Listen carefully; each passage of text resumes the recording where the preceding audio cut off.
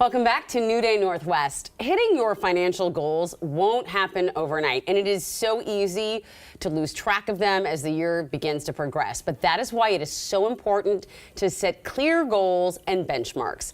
Misty Ford with HomeStreet Bank is here with some common money-related solutions and how to make a plan to achieve them. I'm so glad you're here because, like we were saying, this should be curriculum in high school, right? Yes, it really should be. Well, thank goodness we have you, and I'm very grateful for that. The first thing I want to bring up is something that you've mentioned to me before, getting our money mindset in check, because you say that we shouldn't look at spending as being bad or good. Can you explain that? Sure, yes. I think it is important that people look at money as a way to achieve a goal. So as you then consider your spending, as you think about those goals, whether it's to buy a new car, it could be to buy a house, you think about those goals, then when you consider your spending, you can decide if that is going to be helping you get towards that goal, or if it's going to detract from it. So for example, if you are looking at buying a new pair of shoes, do you really need those designer shoes, or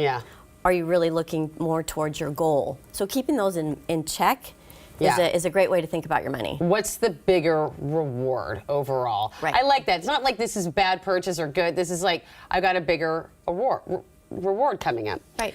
All right, so you also say to create an emergency savings each paycheck.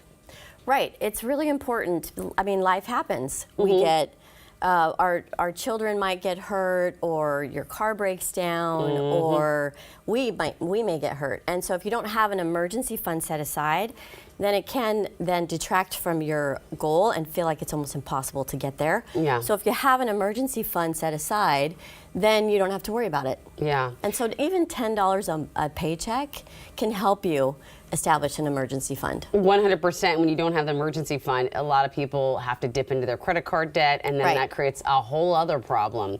All right, let's talk about fine-tuning or creating a budget. Well, hopefully you have a budget already.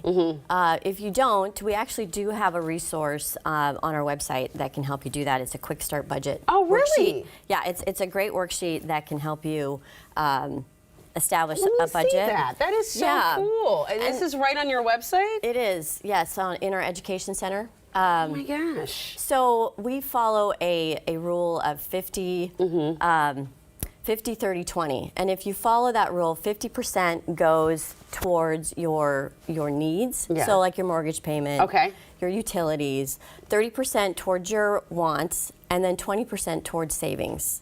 Okay. And as an example, if you were 25 years old, you're a couple that makes $100,000 a year, you could, at age 65, if you follow this planning, you could easily have $6.7 million and that would pay you $268,000 a year. Your home would be paid off, and you wouldn't have any debt.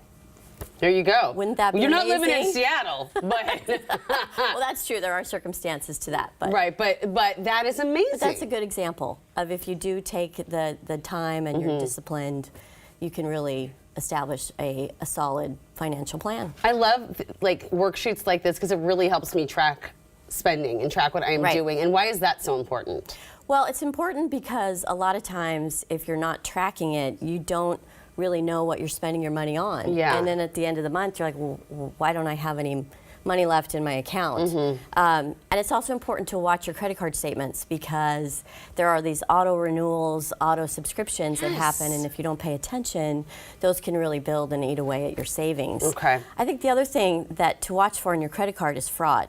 So fraud is a big activity right now, and the fraudsters are getting really smart. Oh yeah, I was on the phone with Barclays for 3 hours, and it's still one of those situations that we're working through.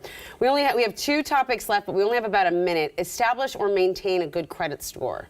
Right, and so if you have a good credit score, then that will save you in terms of your interest rates. So it's important to watch that and keep track of it. Okay, and then increase retirement plan contributions by 1% or more. It doesn't seem like much, but it makes a whole big difference. It certainly does, and as you are saving that, the great thing about a 401k is it's compound interest versus simple interest. So you're basically earning interest on interest.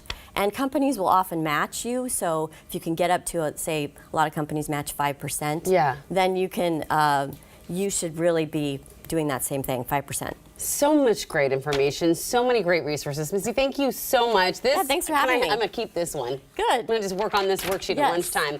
Meantime, HomeStreet Bank has great resources like this one and a ton of free financial educational materials online, so just visit the website on your screen.